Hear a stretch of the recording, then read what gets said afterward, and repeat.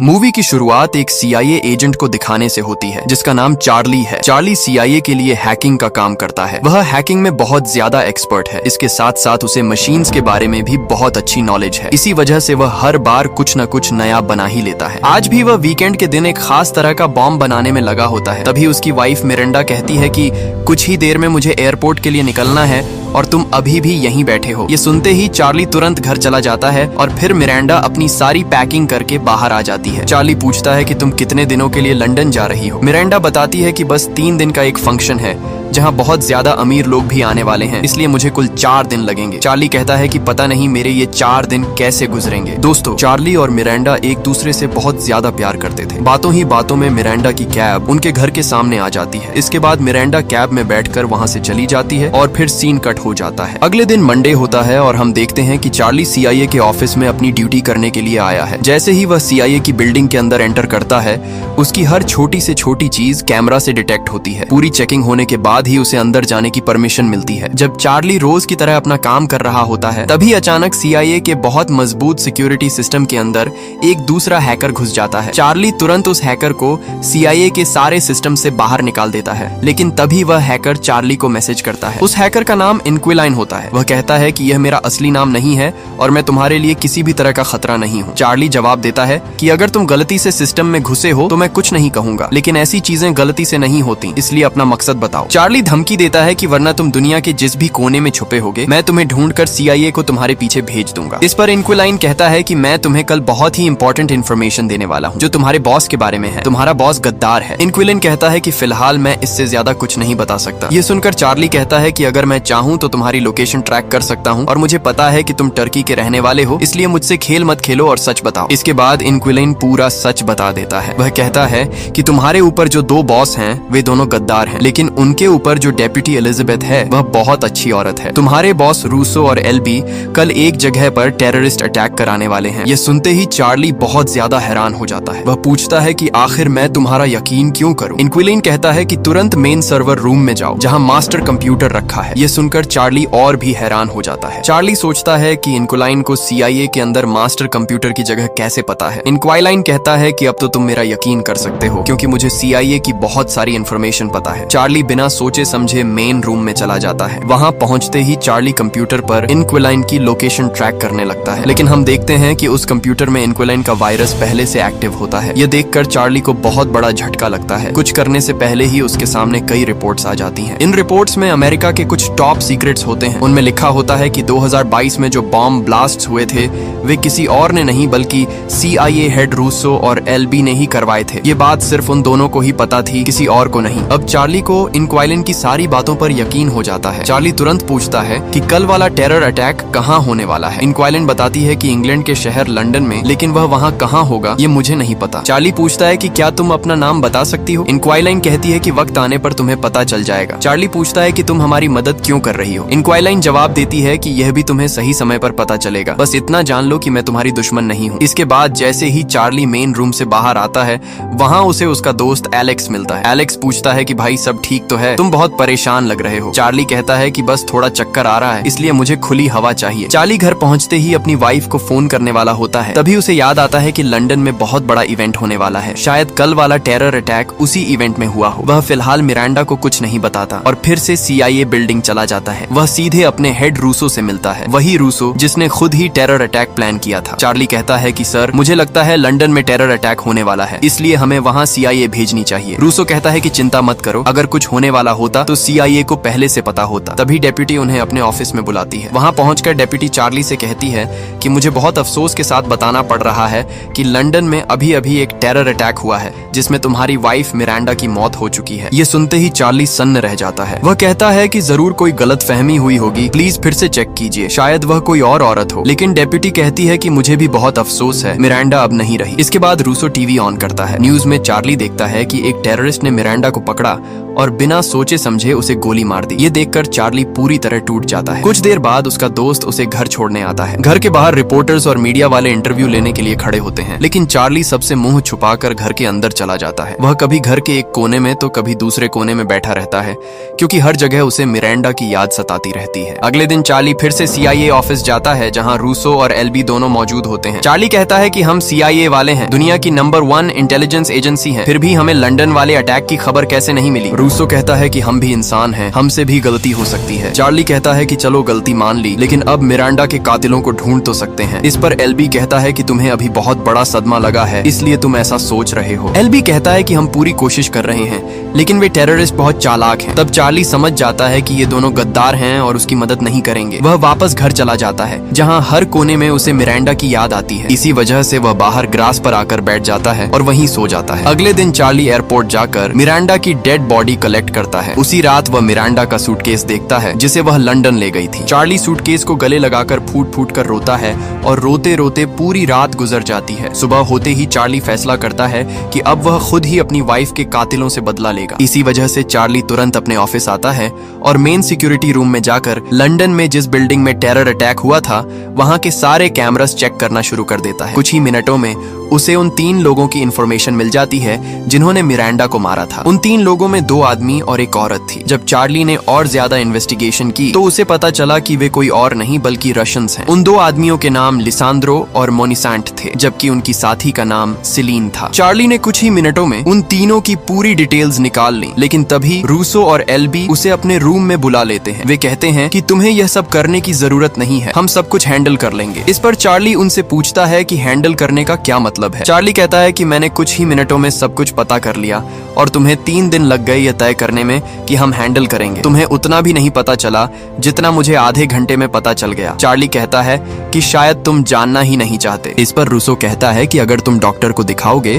तो शायद तुम्हारी हालत ठीक हो जाए। तब चार्ली समझ जाता है कि ये लोग पूरी तरह बिक चुके हैं, इसलिए अब जो भी करना है उसे खुद ही करना होगा। अगले दिन चार्ली अपनी शर्ट पर एक रिकॉर्डर लगाता है और उस रिकॉर्डर को पेपर क्लिप से कुछ पेपर्स पर लगा देता है। वे पेपर्स सीधे रूसो के रूम में जाते हैं, जहां चार्ली उन पेपर्स पर रूसो और LB के किए हुए साइंस दिखाता है। चार्ली कहता है कि ये पेपर्स देखिए, इन पर आपके साइंस हैं। इन पेपर्स में लिखा है कि 2022 में लॉस एंजलिस में जो अटैक्स हुए थे उनकी इंक्वायरी CIA खुद करेगी। इंक्वायरी और नोटिफिकेशंस के बाद उन अटैक्स पर कोई पेपर वर्क नहीं किया गया। चार्ली पूछता है कि बताइए CIA कब से चोर बनने लगी। ये सुनते ही LB बहुत ज्यादा गुस्सा हो जाता है। वह कहता है कि बेटे, CIA से निकाले जाने से पहले अपनी लिमिट्स में रहो और जितना पैसा मिलता है उतना ही काम करो। LB धमकी देता है कि कहीं ऐसा ना हो कि हम तुम्हें कहीं छोड़ आएं। इस पर चार्ली कहता है कि धमकियां सुनना अच्छा लगता है, धमकाने से बेहतर है कि कुछ करके दिखाओ। तब रूसो पूछता है कि तुम हमसे क्या चाहते हो। चार्ली कहता है कि मुझे तुमसे कुछ नहीं चाहिए, मैं बस चाहता हूँ कि मुझे इन दीवारों से बाहर निकाला जाए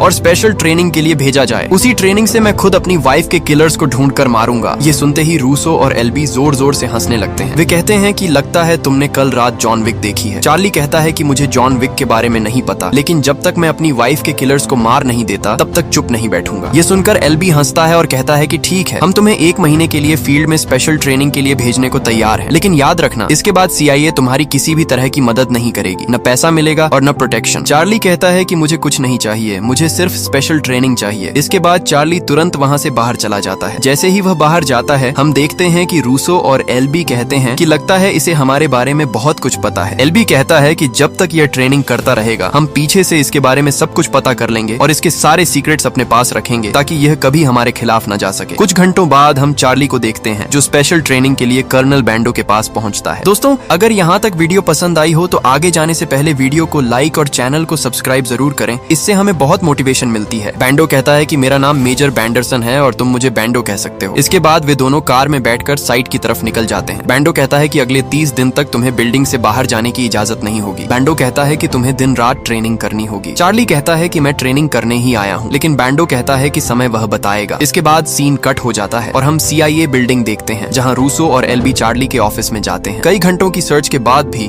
उन्हें चार्ली के खिलाफ कुछ भी यूजफुल नहीं मिलता। दूसरी तरफ हम चार्ली को देखते हैं जो फायरिंग प्रैक्टिस कर रहा होता है, लेकिन वह लगातार टारगेट मिस कर रहा होता है। एक भी बुलेट टारगेट पर नहीं लगती। इस पर बैंडो कहता है कि थोड़ा पास से ट्राई करते हैं, लेकिन वहां से भी चार्ली पूरी तरह फेल हो जाता है। चार्ली बार बार कहता है कि चलो थोड़ा और पास चलते हैं, मैं उसका सिर उड़ा दूंगा, लेकिन बैंडो कहता है कि अगर इतना पास जाना है तो गन की जरूरत ही क्या है। बैंडो कहता है कि मार्शल आर्ट सीखो, तुम यहाँ क्या करने आए हो। ये सुनकर चार्ली बहुत शर्मिंदा हो जाता है। दूसरी तरफ एल्बी और रूसो चार्ली के घर पहुंचते हैं। वे उसकी सारी चीजें चेक करते हैं, लेकिन उन्हें वहाँ कुछ भी नहीं मिलता। असल में चार्ली ने बहुत बड़ा प्लान बनाया था और उसे पता था कि वह कोई भी प्रूफ पीछे नहीं छोड़ेगा। इसी वजह से रूसो और एल्बी की बेबसी के बावजूद उन्हें चार्ली की कोई वीकनेस नहीं मिलती। दूसरी तरफ चार्ली और बांडो एक रूम में बैठे होते हैं। बैंडो चार्ली से कहता है कि 20 दिन हो गए हैं और तुम शूटिंग के नाम पर सिर्फ गन पकड़ना सीख पाए हो। बताओ तुम अपनी वाइफ के किलर्स को कैसे मारोगे। चार्ली पूछता है कि आपको कैसे पता कि मैं उन्हें मारूंगा। बैंडो कहता है कि सब छोड़ो और ये गन पकड़ो और जितनी जल्दी हो सके मुझे गोली मारो। चार्ली कहता है कि अगर गोली चली तो आप मर जाएंगे। बैंडो कहता है कि मुझे पता है, इसलिए वही करो जो मैंने कहा है। लेकिन चार्ली डर की वजह से गोली नहीं चलाता। बैंडो कहता है देखा, तुम अपने वाइफ के किलर्स को नहीं मार पाओगे। चार्ली कहता है कि जब समय आएगा मैं हिम्मत से उन्हें मारूंगा। इस पर बैंडो कहता है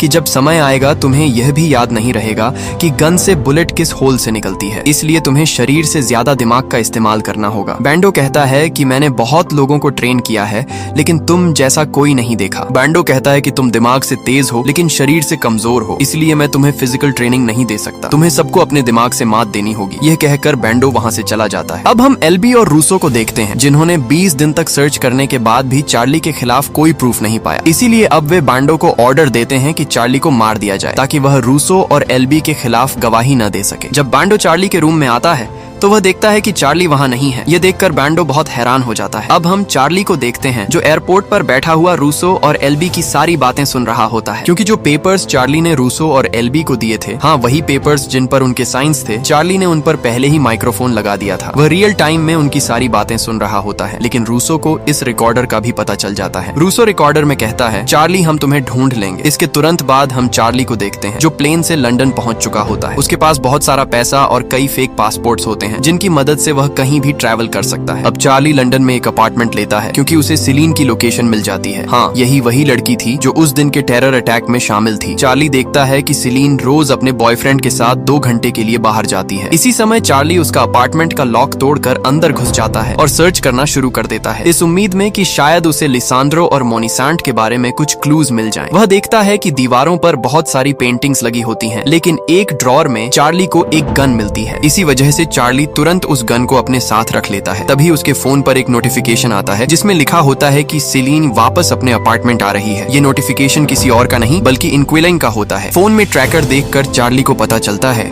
कि सिलीन अब उसके बहुत करीब आ चुकी है। ये समझते ही चार्ली तुरंत अपार्टमेंट से बाहर निकल आता है और थोड़ा पीछे छिप जाता है। जैसे ही सिलीन और उसका बॉयफ्रेंड अपार्टमेंट के अंदर जाते हैं, चार्ली उन पर गन तान देता है, लेकिन बैंडो की बातें सच साबित होती हैं और सही समय आने पर चार्ली गोली नहीं चला पाता। डर के मारे चार्ली वहां से भाग जाता है और तुरंत अपने अपार्टमेंट पहुंच जाता है। वहां पहुंचते ही वह इंक्विलाइन से बात करने की कोशिश करता है, लेकिन इस बार इंक्विलाइन उसे कोई रिप्लाई नहीं देती। अगले ही पल हम चार्ली को देखते हैं, जो अगली बार रेगुलर चेकअप के बहाने वहां आता है, लेकिन इस बार चार्ली सारे कंप्यूटर्स में वायरस डाल देता है और सभी कंप्यूटर्स बंद कर देता है। इसकी वजह से डॉक्टर तुरंत सिलीन को छोड़कर बाहर चला जाता है। इसी मौके का फायदा उठाकर चार्ली सिलीन के पास आता है, चेंबर का दरवाजा बंद करता है और अंदर अनकॉन्शियस पाउडर डालना शुरू कर देता है। सिलीने पूछती है कि तुम कौन हो और क्या कर रहे हो। चार्ली कहता है कि इन बातों का समय नहीं है, जल्दी बताओ लिसांड्रो और मोनिसांट कहाँ मिलेंगे। सिलीने कहती है कि तुम वहाँ नहीं जा सकते। तभी चार्ली गुस्से में और ज्यादा पाउडर डाल देता है। चार्ली कहता है कि तुम्हारे पास 15 सेकंड्स हैं, इसके बाद तुम बेहोश हो जाओगी। सिलीन कहती है कि उसे कुछ भी नहीं पता। जैसे ही सिलीन बेहोश होने वाली होती है,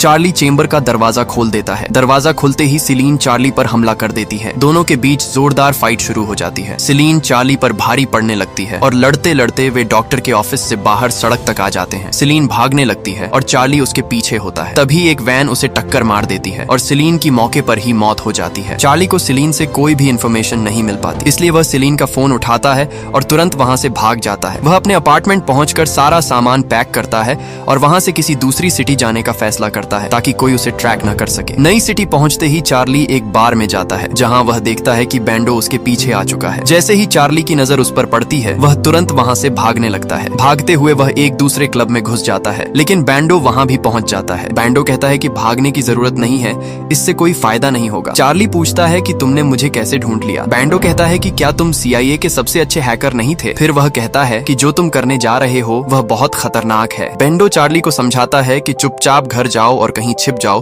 वरना यहाँ मारे जाओगे और कोई पूछने वाला भी नहीं होगा। चार्ली कहता है कि अब वह पीछे नहीं हटेगा। इस पर बैंडो कहता है कि ठीक है, मुझे पता है कि CIA वाले दूध के धुले नहीं हैं। बैंडो कहता है कि इसी वजह से मैं तुम्हें तुम्हारे हाल पर छोड़ रहा हूँ। इतना कहकर चार्ली वहाँ से बाहर आ जाता है और सीन कट हो जाता है। अब हम टर्की का सीन देखते हैं, जहाँ चार्ली पहुंच चुका होता है, क्योंकि इंक्वालाइन ने उसे टर्की आने को कहा था। इंक्वालाइन ने कहा था कि वह वहीं मिलेगा। बताई गई लोकेशन पर पहुंचते ही चार्ली देखता है कि इंक्वालाइन कोई लड़का नहीं बल्कि एक लड़की है और वह मुस्लिम भी होती है। चार्ली पूछता है कि तुमने CIA की हाई सिक्योरिटी कैसे तोड़ी और उनके कंप्यूटर्स को कैसे हैक किया। इस पर इंक्वालाइन कहती है कि मेरा नाम सारा है। वह बताती है कि उसके पति CIA में काम करते थे, लेकिन उन्होंने रूसो और LB का राज खोलने की कोशिश की थी। इसी वजह से रूसो और LB ने उन्हें मरवा दिया। सारा कहती है कि उसके पति ने उसे सब कुछ सिखाया था। सारा बताती है कि इसी वजह से वह पासवर्ड्स हैक करके चार्ली तक आसानी से पहुंच गई। चार्ली कहता है कि अब तुम्हें पता है कि रूसो और LB कितने खतरनाक हैं, फिर भी तुम मेरी मदद क्यों कर रही हो। सारा कहती है कि उसे अपनी जान की कोई परवाह नहीं है। सारा कहती है कि जैसे ही उसे पता चला कि चार्ली की वाइफ भी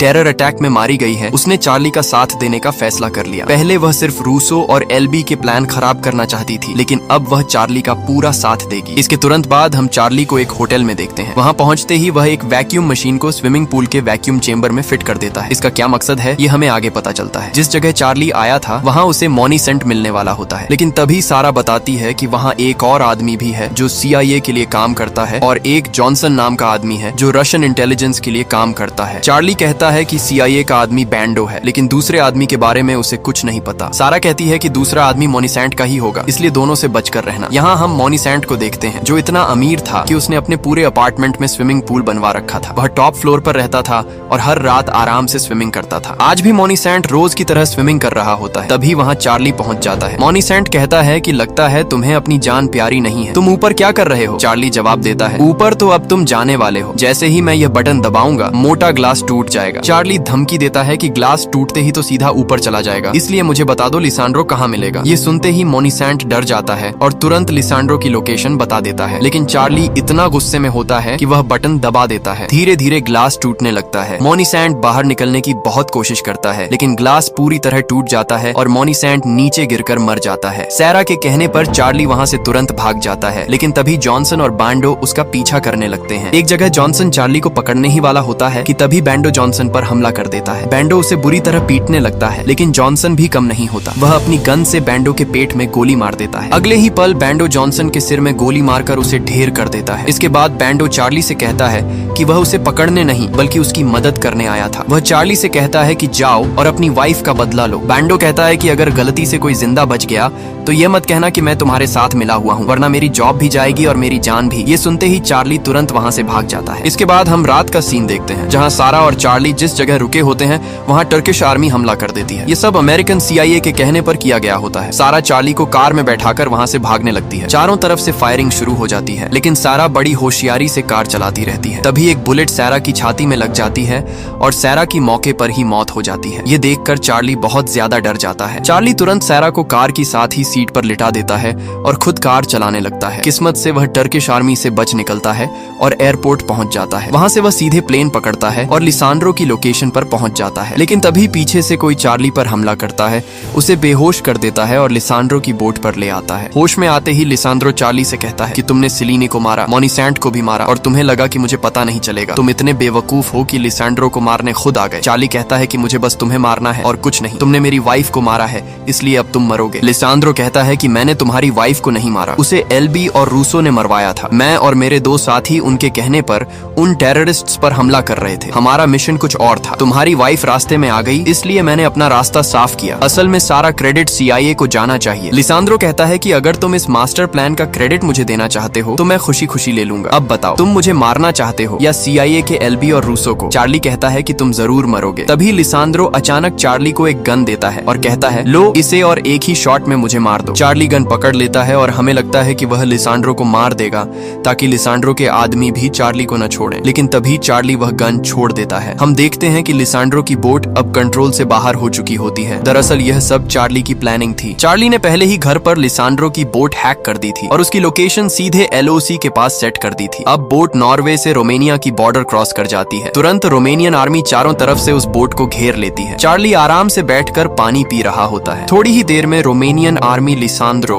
और उसके आदमियों को पकड़ लेती है। चार्ली कहता है कि मेरा नाम चार्ली है और सारी इंफॉर्मेशन मैंने ही दी थी। इसके बाद रोमानियन आर्मी चार्ली को सुरक्षित अमेरिका भेज देती है। इसी के साथ चार्ली का बदला पूरा हो जाता है। अब हम CIA की डेप्यूटी को प्रेस कॉन्फ्रेंस में देखते हैं। वह बताती है कि अंदर की इंफॉर्मेशन से पता चला है कि LB और रूसो गद्दार हैं, इसलिए उन्हें जेल भेजा जा रहा है। यह अंदर की इंफॉर्मेशन किसी और ने नहीं बल्कि चार्ली ने दी थी। इसके बाद चार्ली को बहुत सुकून मिलता है। जब वह अपनी कार में बैठा होता है तभी बैंडो आता है और कहता है कि कभी कभी लड़ाइयाँ हथियारों से नहीं बल्कि दिमाग से जीती जाती हैं। यह कहकर बैंडो वहाँ से चला जाता है। इसी हैप्पी एंडिंग के साथ ये मूवी खत्म हो जाती है। दोस्तों, अगर वीडियो पसंद आई हो तो लाइक करें और ऐसी मूवी एक्सप्लेनेशंस के लिए चैनल को सब्सक्राइब जरूर करें।